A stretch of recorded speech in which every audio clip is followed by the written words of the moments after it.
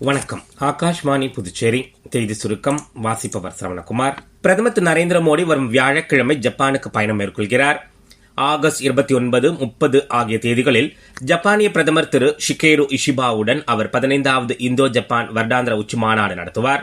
India மற்றும் வெளிநாடுகளைச் சேர்ந்த ஆன்மீக தலைவர்கள் பங்கேற்க இருக்கும் உலகளாவிய ஆன்மீக மாநாட்டை மத்திய பிரதேச மாநிலம் உஜ்ஜயினியில் மத்திய சுற்றுலா மற்றும் கலாச்சாரத்துறை அமைச்சர் திரு கஜேந்திர சிங் ஷெகாவத் தொடக்கி வைக்க உள்ளார். ஆந்திர மாநிலம் விசாகப்பட்டினத்தில் உள்ள கடற்படை தளத்தில் நேற்று நடைபெற்ற விழாவில் INS இம்கிரி மற்றும் உதயகிரி போர்க்கப்பல்கள் கடற்படையில் இணைக்கப்பட்டன. ஜம்மு காஷ்மீரில் பெய்து வரும் கனமழை காரணமாக ஏற்பட்ட வெள்ளப்பெருக்கு மற்றும் நெல்சரிவில் சிக்கி இதுவரை 10 பேர் உயிரிழந்துள்ளதாகவும் 18 பேர் காயமடைந்துள்ளதாகவும் அம்மாநில அரசு தெரிவித்துள்ளது. மேலும் மழை பாதிப்பினால் 18 ரயில்களின் சேவைகளும் ரத்து செய்யப்பட்டுள்ளதாக அறிவிக்கப்பட்டுள்ளது.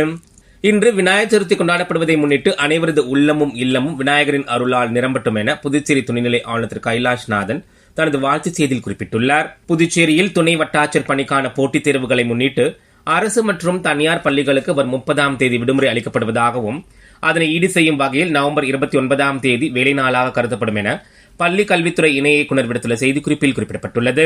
காரைக்காலில் செப்டம்பர் 9 முதல் 11ஆம் தேதி வரை நடைபெறவுள்ள சுனாமி ஒத்திகை பயிற்சிக்கான நெறிமுறைகள் பற்றிய கருத்தரங்கு மாவட்ட ஆட்சியர் திரு ASPS ரவி பிரகாஷ் தலைமையில் நேற்று மாலை நடைபெற்றது. இத்துடன் செய்தி சுருக்கம் நிறைவு பெறுகிறது.